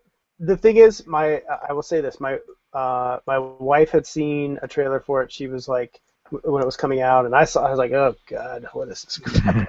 And my wife went and saw it with all her friends at the theater. She was like, oh, we love this, so fun. She's like, you will like it.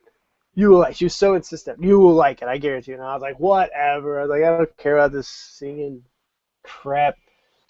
And then it was on HBO. I think it was on HBO, or maybe we rented it. I can't remember, but I sat down and I watched it. I watched the whole thing, and I couldn't turn it off. I was like, what? I was laughing and I was having fun. And I even like some of the songs they do. I was like, it's a pretty catchy little tune.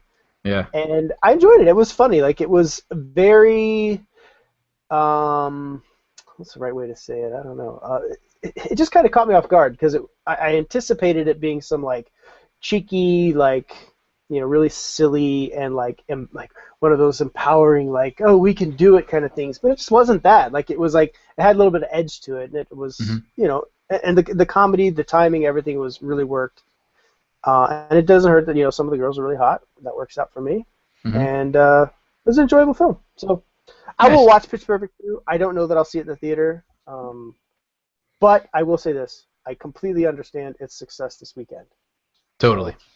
All right, so that wraps up our conversation. Thanks everybody for listening. Oh wait, do we have another movie to talk about? Thank you.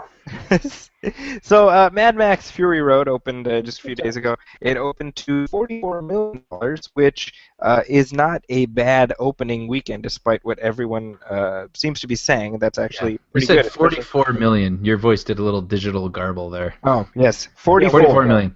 44 million, and that's domestically. It's already made more than 100 million globally. So this is for a $150 million movie. It's already well on its way to being profitable. But forget money business because we don't see any of that. So who cares? No, we're talking about art, guys. Yeah. Seriously. Now, I have to say, I feel a certain degree of vindication this past weekend. Because not that I had anything at all to do with this movie, no involvement, nothing. But you know, I've been a Mad Max fan for as long as I can remember. Brian, as you know, I got you into the Mad Max films. You did? And so the fact that this movie came out after this many years, 30 years between the last one and this one, and it's directed by the same guy, and it's phenomenal, and the critical reviews bear that out. It's at something like 98, 99% on Rotten Tomatoes. That's crazy. It really is for a movie like this. So, I mean, it has been There's embraced. like 4 people that didn't get paid off by Warner Brothers. What's Armand White's review? That's my question. That is an actually very good question. I'm really curious. But 98%. I mean, there's like Oscar-winning movies that don't have 98%. So I mean, what I take that as someone who actually really really loved this movie is completely in tune with what it is and is like unabashedly itself, and you know what I mean. It celebrates what it is, and everybody is like, well, you can't deny that, you know it. So. I don't know. The 98% doesn't really surprise me. Yeah. Yeah. So I mean, this is definitely been embraced by the critical community, and most people who watch it seem to be really enjoying it. So, oh, and by the way, let's see. Here's Armand White, and Armand White does not disappoint either, Brian. Fury Road offers nothing new. Rehashes the 35-year-old formula with a vengeance. Blah blah blah. Okay, so there we go. So he was one of the 4 people. He didn't get his check. There you go. Yeah. And so this is directed by George Miller, who is 70 years old. 70 years old, and he created the Mad Max series back in '79 in the first film with Mel Gibson. The 3 of those movies came out between '79 and '85, and amazing. I mean, he sat on it for 30 years. And it's extraordinary that not only was he able to bring it. I mean, you see, I was skeptical because the last time somebody named George brought back a beloved franchise that they created, it didn't go so well. Yeah. And so I'm a little bit skeptical. It's crazy when you look at just how much time this movie spent in development. It was something it was in the late '90s. Mel Gibson was attached, if not officially involved. He aged out of it, and then in 2010 they cast Tom Hardy, and from the time he was cast to the movie being released was a full 5 years. Yeah. So I mean, this thing has I can't think of a movie that spent this much time in development hell that came out this well. Do we have like a non-spoiler comment that we want to make about it before we start picking it apart a little bit? I don't know how you could really spoil it, to be honest. All right. So, well, yeah, that's a good point. But there really isn't anything to spoil per se. It's pretty. There's no like major twist where you're like, whoa. You know what it is? It's literally a 2-hour car chase, and it's excellent. Yeah. And I don't even just mean the car chase. Like, the movie itself is excellent. It's a great movie. That's just a 2-hour car chase. Okay, the one that I keep going back to is that it is just beautifully orchestrated chaos. Like for me, that is like kind of sums it all up. Yeah. So that's my. You know what's icing on the cake to that? Because I know we're going to talk about how amazing like all the action and everything is, because that's well worth talking about. But like, there are characters in this film, in this car chase, and like you have these five women. You have Charlize Theron, you have Tom Hardy as Max, and they all say probably like a handful of words, but you totally understand them. That was what blew me away. It's like you not only like all of them, you understand what each one of them is like, and you're rooting for all of them. But they never needed to stop the movie to like school you on them. They just were themselves, and it was completely effective. I thought that was so crazy, well executed. I mean, that's everything they demonstrated was they demonstrated everything in their actions rather than their words, which is kind of like the whole like, storytelling mantra, which is show don't tell. And that's exactly what he did. We came to know each one of the brides. Yeah. We came to know each one of them by their actions. You saw what they did, like Rosie Huntington Wiley. You see that she was like kind of a daring, heroic kind of leader, but you didn't see that by the way she talked per se. It was by what she did. She's hanging off the truck and she's like, opens the door to shield, Morton to Joe from, killing them or shooting them, and then you saw the same like with Zoe Kravitz's character. You saw that she was kind of like, she was like the kind of a badass character. She had an attitude. But she was smart at the same time, very smart. And then you had like the other one that was kind of like the metaphysical, kind of the spiritual one that had a deeper understanding, the red-haired girl. And then you had the other one that was like kind of a coward. But at the same Right. time, in the end, she kind of redeemed herself. So, but yeah, I mean, just like you said, but you saw all of that through their actions, not their words. Yeah. And You didn't have kind to do of, that. They could have just been like 5 hot chicks. You know what I mean? But like that wasn't yeah, that at all, and so you're like rooting even more for their survival. yep. Yeah. Yeah, and I think that is like the biggest strength to the film in terms of character is that you didn't, in no way did you need the words. And I think the reason that came through so well for George Miller is because the movie wasn't, from my understanding, was not scripted, it was drawn. Right. And that is what happens when you're drawing everything, you're storyboarding the entire film. You're thinking about the action. You're not thinking so much about the words. You're not going to sit there drawing pictures and be like, well, what am I going to say here? You're thinking about, okay, how do we get from this point to that point to that point and show this person? So maybe, just maybe, that model is something that, is something could work out a lot better than just, placing that emphasis on all your words. It could be like a good screenwriting trick for people in the future. Like, instead, your screenwriting trick is don't write, draw. So I think that played a huge role in the final product, which again goes back to Miller's, his genius or his creativity, his ingenuity was he took kind of a very different approach to mapping this movie out. Right. Well, and I mean, big picture. I mean, for me, I come at this as a big fan of the series. It's interesting actually because I've spoken to a lot of people recently who say, Mad Max is my Star Wars. They have that much affinity for it. For me, Star Wars is my Star Wars. But I've been a fan of the series since I saw Beyond Thunderdome in 1987. I was 7 years old when I saw that one. So that was actually the first one that I saw. And then I went back later and I was like, oh, okay, so Thunderdome is very different from the rest of the series, Yeah. And it's actually funny because I just rewatched them recently and it had been a while, and you see how they tried to Hollywoodize the series with Beyond Thunderdome. Mm. That's kind of the Indiana Jones Mad Max movie. What do you mean? Yeah.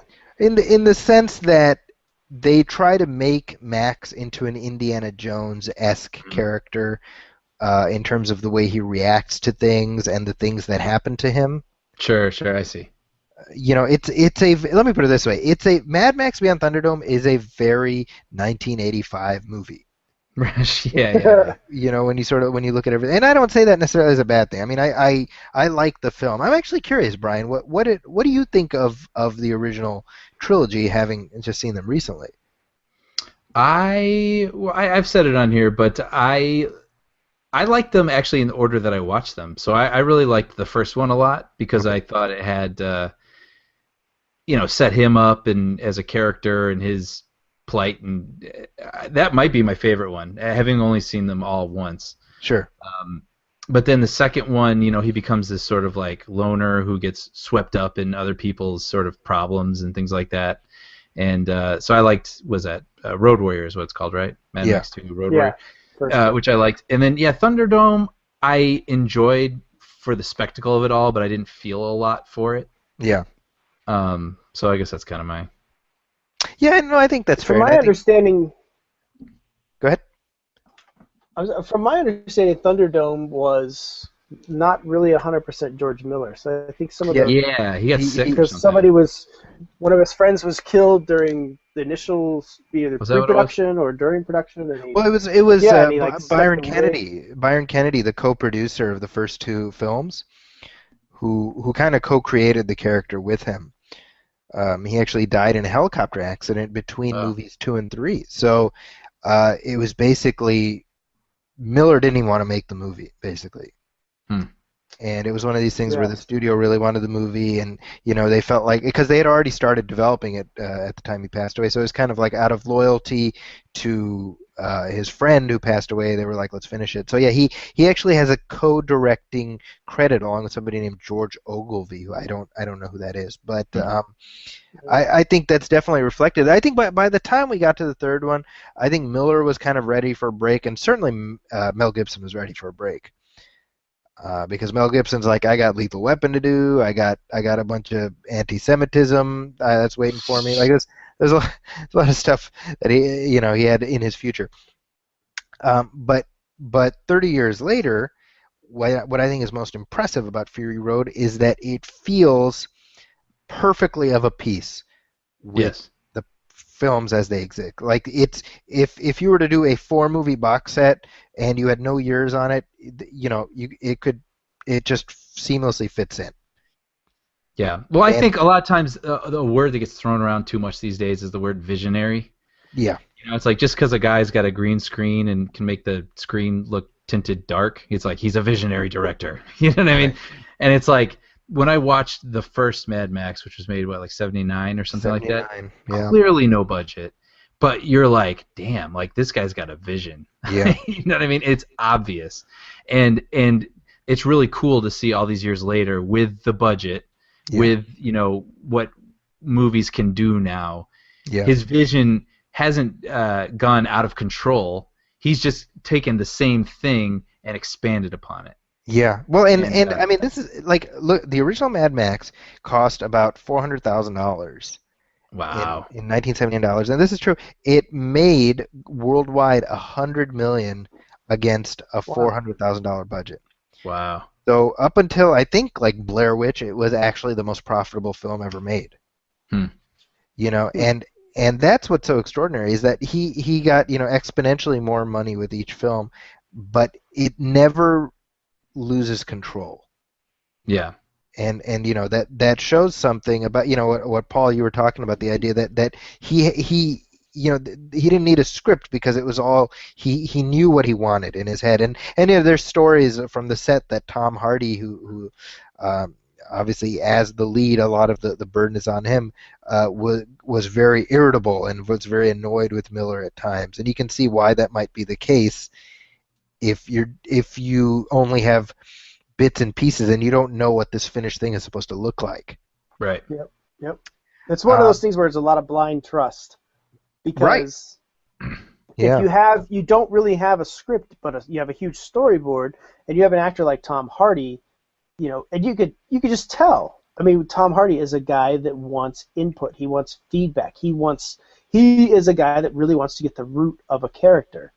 And if you're like, well, look at these pictures here, you know what I'm saying? I'm sure George Miller had more insight. He had more insight than that, but at the same time, he's probably like, just trust me.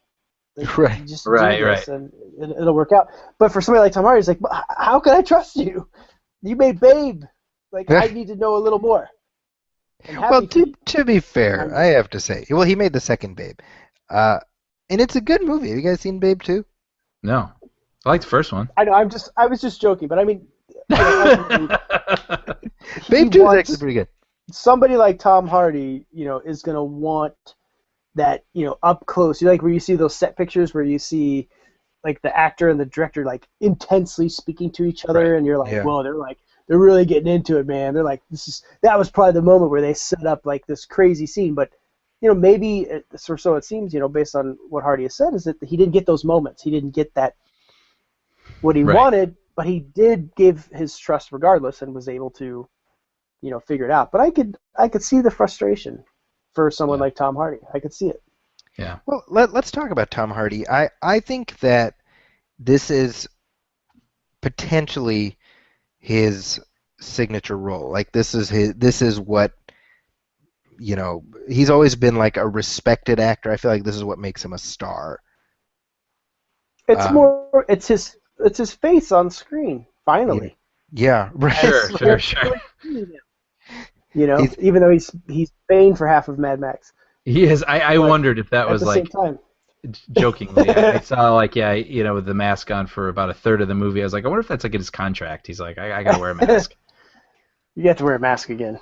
Yeah. You know what's funny about that is I felt how long they take to show us his full face paralleled the first Mad Max, because they do the same thing in revealing Mel Gibson's face, where we see just his eyes and from the back, and it's like a good 10 minutes or so before we actually finally see his face, and they did I think it's something like 20-25 minutes before we actually see Tom Hardy's face as Mad Max. Yeah, kind of an interesting choice. Let me ask you this, Zachy, because Yeah. you're kind of a big fan. Who do you think is a better Mad Max, Tom Hardy or Mel Gibson? Ooh, that's a good question. Oh boy. Well, I think on the one hand, it's like, well, obviously Mel Gibson is, he is the formula of Mad Max. So anyone else is going to be measured against that. So given time, I'm sure Hardy will, you know, be equally comparable. I think what Hardy does that's very smart is he doesn't try to emulate Mel Gibson's accent or anything like that. He's playing Tom Hardy. Right. And I don't say that in a bad way. I think it's smart. I mean, the character is a presence. It's not a performance character, and I think in a sense it's the equivalent of, like, you look at any of the James Bonds, and nobody's going to mistake Sean Connery for Timothy Dalton. You know what I mean? But we can look at them both and say, well, they're both good Bonds, and I think that's kind of where we're at with this. I don't know. Does that make sense? Like, No, that totally does, and I can see that. My follow-up question to that would be, do you think the film still could have been made with Mel Gibson as he is now? no, and the reason for that is that I think I mentioned this in my review. I think the smartest thing Miller did, and this was something I had I had to come to this point because I remember when Mel Gibson dropped out. We're talking probably 04, 05. I think it was shortly after The Passion of the Christ is when he dropped out, I believe. And I was like, oh man, like really? But when you think about it, that was probably the upper limit of, like, the window where Gibson could have been in it. Sure. Because what Miller does here is he decouples the character and the actor, and that allows Max to be immortal. So that because what I realized watching this thing, I was like, I didn't want the Kingdom of the Crystal Skull version of Mad Max. Sure. I don't, and all the jokes about Indy 4 notwithstanding, I mean, just simply, it's like, I don't want old Max, limping around the desert. I want Max to be Max. Yeah, but then again, you had- Crystal Skull, there could have been a good Indy limping around the desert, honestly. You know what I mean? Like, it was just a bad movie. Well, no, but in Indiana Jones is different because I think that there's still something compelling about that, about having old Indiana Jones, and part of that is because seeing Harrison Ford in that role, Harrison Ford plus that role, it's like Harrison Ford as Han Solo. I think that, and maybe this is just me, but I mean, I think part of it also is that Mel Gibson there's a lot of baggage that he's accrued Sure. in the interim. I don't think that's a factor in whether or not he could play Mad Max, though. Well, I mean, but I think I don't know. It's like, would I personally buy him in the role? Yeah, sure, I wouldn't have a problem. But I think that audiences would have a harder time. I mean, clearly Mel Gibson is not the draw that he was. I mean, that's a fair statement, right? Mm-hmm. And For so, some. well, I mean, what's the last hit movie that he anchored, right? Well, But I what mean, do you think again, made this movie a $44 million movie? I mean, I don't think there's that many Mad Max fans out there, I'll be honest. You know what I mean? Like, do you think it was just a bonkers trailer? I think the trailers were a huge selling point, and then I think word of mouth is. The reviews, yeah. I really think the word of mouth and the reviews carried it to that 44 million because honestly, when I first saw the trailers and I heard about the film itself, I was like, yeah, I'm curious to see it. This is before I saw like the really good trailers. Yeah. I was like, it'll probably be good, but nobody's really gonna go see it. I honestly thought, I was like, I didn't foresee it, Sure. being that big. And then I saw that first trailer, and you're like, holy shit, man, this is bananas. Like, it's gonna be crazy, Or I was like, now is this just a finely sliced trailer, or is the movie gonna live? And I asked Tom Hardy this when I was at CinemaCon. I was like, the trailers have set this up, and I had asked him if he had seen it, and he's like, yeah, I've seen it a couple times. And I was like, so does it live up to these absolutely insane trailers? And he's like, it lives up to it and then some. Wow. So, for him, he was sold on it, from there. And I was like, okay, usually, you kind of get more of a PC answer for something like that. It's like, well, I think, it's going to be really good. I think people are going to enjoy it. But he was like, no, it goes beyond the trailers. So and just very quickly to pick up on what you're saying, and just to wrap up my previous thought, so you put Mel Gibson in, you probably open about the same, right? Let's say reviews and everything are about the same. So financially you're about there, but what you've done is you've put a clock on the franchise because Mel Gibson is what is he now, 60 something? Yeah. He's like 56. So that means that. And here's the thing, yeah. You don't have a new life to the series. This is like the curtain call essentially. You know what I mean? Right. Sure. And so sure, I get that. In practical terms, I'm like, well, you've got a young guy, and that gives you potentially at least another trilogy of these movies. So it's a question of decoupling actor and character, and I think for me it was a smart play. Although, like I said, I was wary of that initially because I would have loved to a slightly younger Mel Gibson back as Max. I would have loved to have seen. Yeah, but let's talk about what. Oh, good. You also have to look at the fact that you have a young guy playing Mad Max, but you have a very old director. Yeah. That hourglass is looking a lot less, half empty than half full. Very true. And honestly, I hope the guy lives another 20 years. But I mean, you got to think about how much it took him 5 years to make this film, if not longer, when you look at like the development of it. And in that respect, I look at it as like, well, I kind of would have liked to have seen a Mad Max film with Mel because Beyond Thunderdome has its merits, but I don't think it's a great Mad Max film. I think it's obviously the weakest of them all.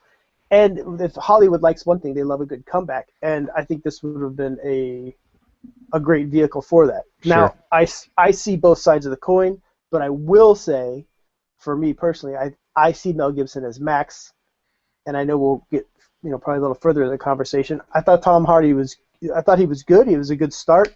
Yeah. But I still prefer Mel Gibson's performance as Max over Tom Hardy's. Yeah, and I think that's just a matter of, it's about having established the role and how much screen time he's had in the role too. Well, but the thing is, I know this is going to sound crazy, and maybe people will disagree. I think Tom Hardy, he was good. He was solid in the role, but I think that like Charlize Theron, she was the real Mad Max of this movie. Sure, yeah, I would agree with that. Yeah, I think Max is almost a supporting character. Yeah, and he didn't. But the thing is, like for me, Tom Hardy didn't set that tone for Max per se. Like he was kind of Tom Hardy in that sense. He was good. Don't get me wrong, he was good as that, but he was just, he didn't have that same attitude where you were like, that's Mad Max, man. He's like, this. And it's not about a badass thing per se, but it's just a persona thing.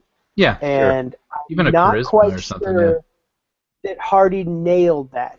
I thought he was good, he was solid, but in this movie, it should have just been called Fury Road. I mean, you have Mad Max in it, but it could have just been Fury Road, because really, the Mad Max of this movie is Furiosa. And she's great in it.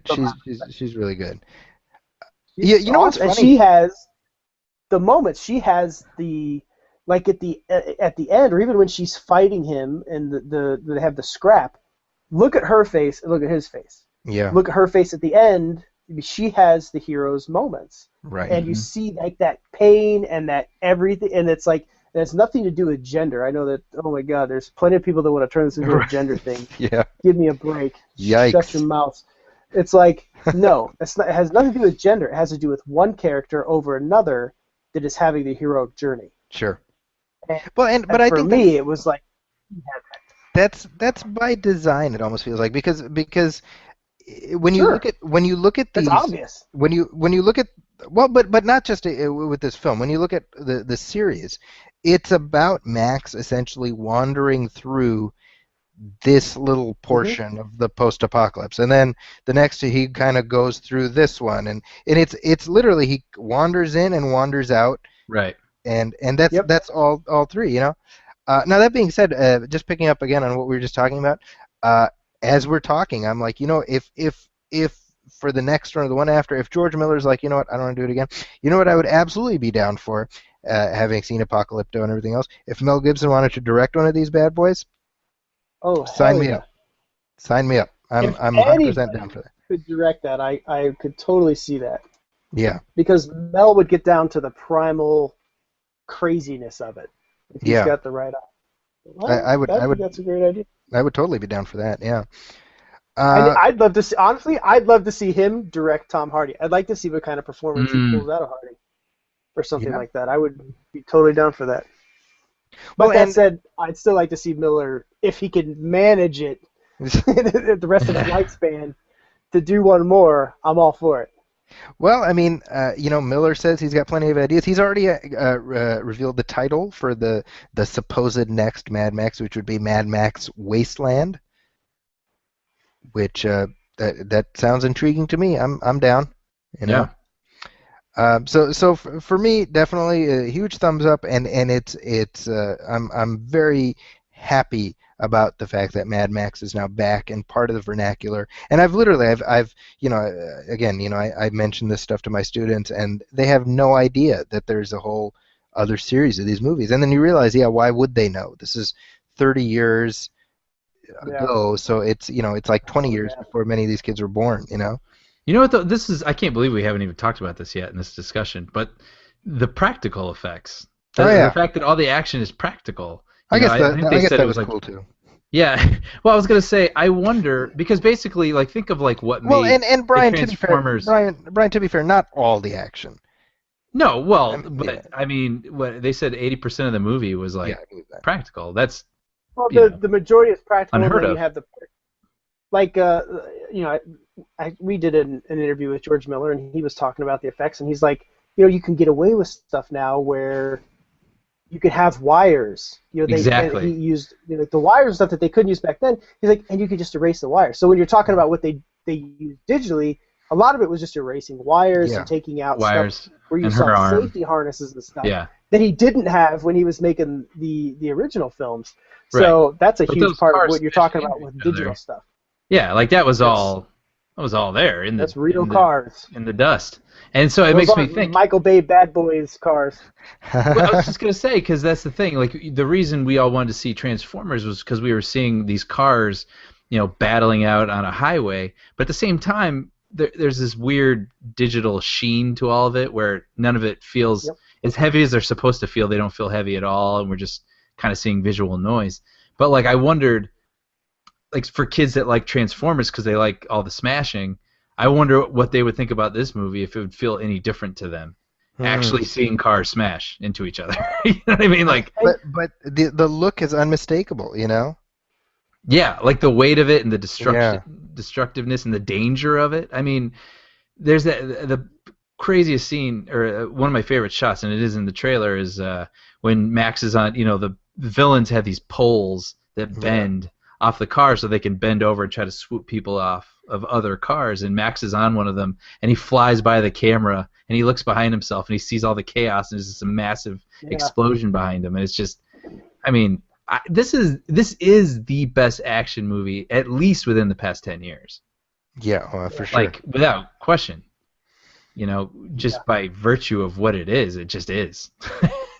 Yeah, I mean, it's a movie that really begs to be watched and rewatched, just so that you can savor all the ways that the frame is being utilized. And beyond that, I mean, it's engrossing, it's gripping, it has compelling characters, it's got a compelling story. It works on a lot of these levels where, it's I think the biggest surprise is that a movie like this is capable of being this good, and I think that's what's caught a lot of people off guard. Maybe we're just used to mediocrity. I don't know. I think that's it. It's I think for me, it's a film that feels like it was transported to us out of a time machine, because George Miller only knows one way to make these films, and it's not that he's not progressive in technology, but he's not James Cameron. Like, he wants to make a certain kind of movie a certain kind of way, and that's what he did. You know what I'm saying? Like, he stuck to his guns, and it's like, this is filmmaking that just does not really exist today. And then a lot of people are like, oh, it's just so brilliant, it's so great, and I think that, But again, you got to look at how long it took him to do this too. Yep. Like, it took a long time to make this movie. Sure. And I think that is because he really went old school with this. He shot this probably the exact same way he would have shot it in the 80s. You know, Right. he just had, he had a means to getting rid of safety harnesses and wires. So he's like, well, I can do more of this stuff and just take it out digitally. I don't have to worry about hiding stuff in the shot so much. So he was able to kind of cut loose in that sense. But he still made the movie the way he would have made it back in the day. Just drove a bunch of cars out in the desert and started rolling cameras. You know, and it's like, I think he said, what did he shot, like 3 weeks, or I can't even remember what it was, like some like insane amount of footage that we'll never see. Like, it's like 3 weeks worth of footage, like that amount of time.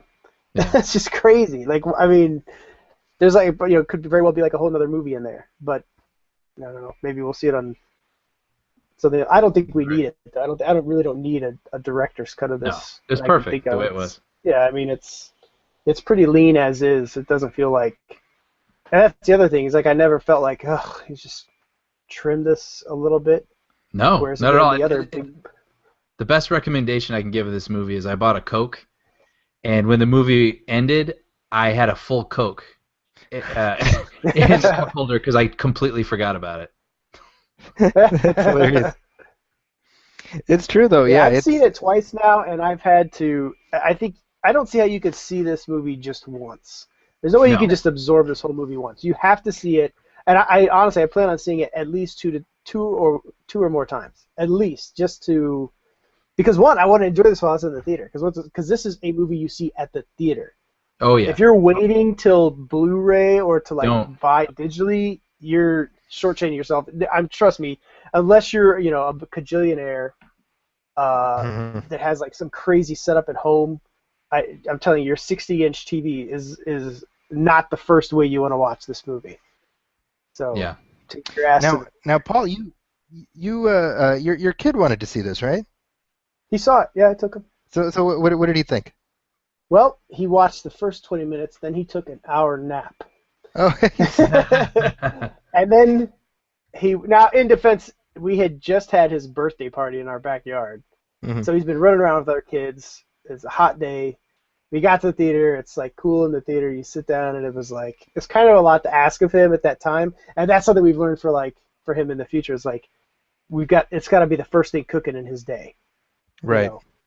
To really capture the full movie. So he zonked out, but then he woke up for the finale, for the final chase, and he really enjoyed that. So, so there you go. He doesn't really have a choice. He's gonna see, unless it's like completely inappropriate, then I wouldn't take him. But he's certainly, like, honestly, I mean, this is an R-rated movie, but it never felt like an R-rated movie. There was no like real swearing. There's no real nudity. There was like, it was really just intense more than anything. That's the only really thing I can think of that would merit an R, because there was no real gore. That's kind of a good point. It really didn't feel like there an was a few R-rated blood movie. splatters. Like, the only real blood you see is at the very end for Joe's death. Which is nothing you couldn't see on TV. Yeah. That's like 2 seconds. So, and that was one of the reasons I saw the film first, because I was like, I really want to take my kid, but it is R-rated, and I do want to make sure that it's, not so excessive that I gotta like start covering eyes, because I don't want to be that guy.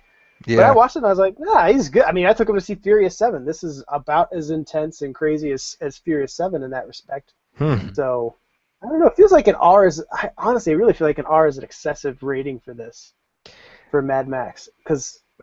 But I don't see it. I don't see the R. The whole PG-13 thing has become this weird flashpoint. Like, that if it had been rated PG-13, they would have been like, oh, geez, why is it? This is just bullshit. So absolutely. They dodged a little bit of a fanboy uproar by virtue of that.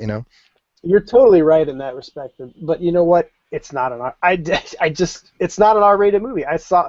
Furious 7, I think, had more like blood and gore than this does. Well, and Brian and I have talked about, like, if we live in a world where The Dark Knight is PG-13, and we set that as sort of the bar, then this seems to be about on par with that. I mean, like had it been, like, I'm at a point where I'm like, I can see it being R or PG-13, like because I feel like the distinction between those two ratings has become so nebulous, Yeah. Yeah. But that's true. like I mean, a whole separate conversation. Yeah. totally. Yeah, some movies, I think, yeah. Well, and of course you Agreed. you hung out on the set of Deadpool recently, so that's something that Yes. the R controversy was hovering around that one too, about whether it would be R or PG-13. You know, they need it. That is a movie that needs to be R. Yeah. They fought hard for that too, and they made a lot of sacrifices so that it could be R. So I really can't say too much about it, but I will say that I think that movie could be a game changer next year, and I think that it will very much follow in the footsteps of Mad Max in that respect, where it could easily be a movie that's a breakout surprise hit, and that the rating will actually, I think the rating will suit this one in many ways, because you can't. I don't say you could do Deadpool as a PG-13 because it would always look like a compromise, and they've done this. What they're doing now is they're making the film they want to make, and I think again that's what George Miller did. He made the film that he wanted to make. So I am very optimistic. I mean, Deadpool's in my top 3 for 2016 next year. So that tells you anything. All that means is that when you are able to talk about it, you're going to come on our show and talk about it with us, hopefully. So I would love to. Yeah, as soon as the embargo's up, I would be happy to come and discuss the whole set visit. Well, you heard it here, folks, and that's a good tease for Paul's next appearance, and it's also a good place to transition out of this episode.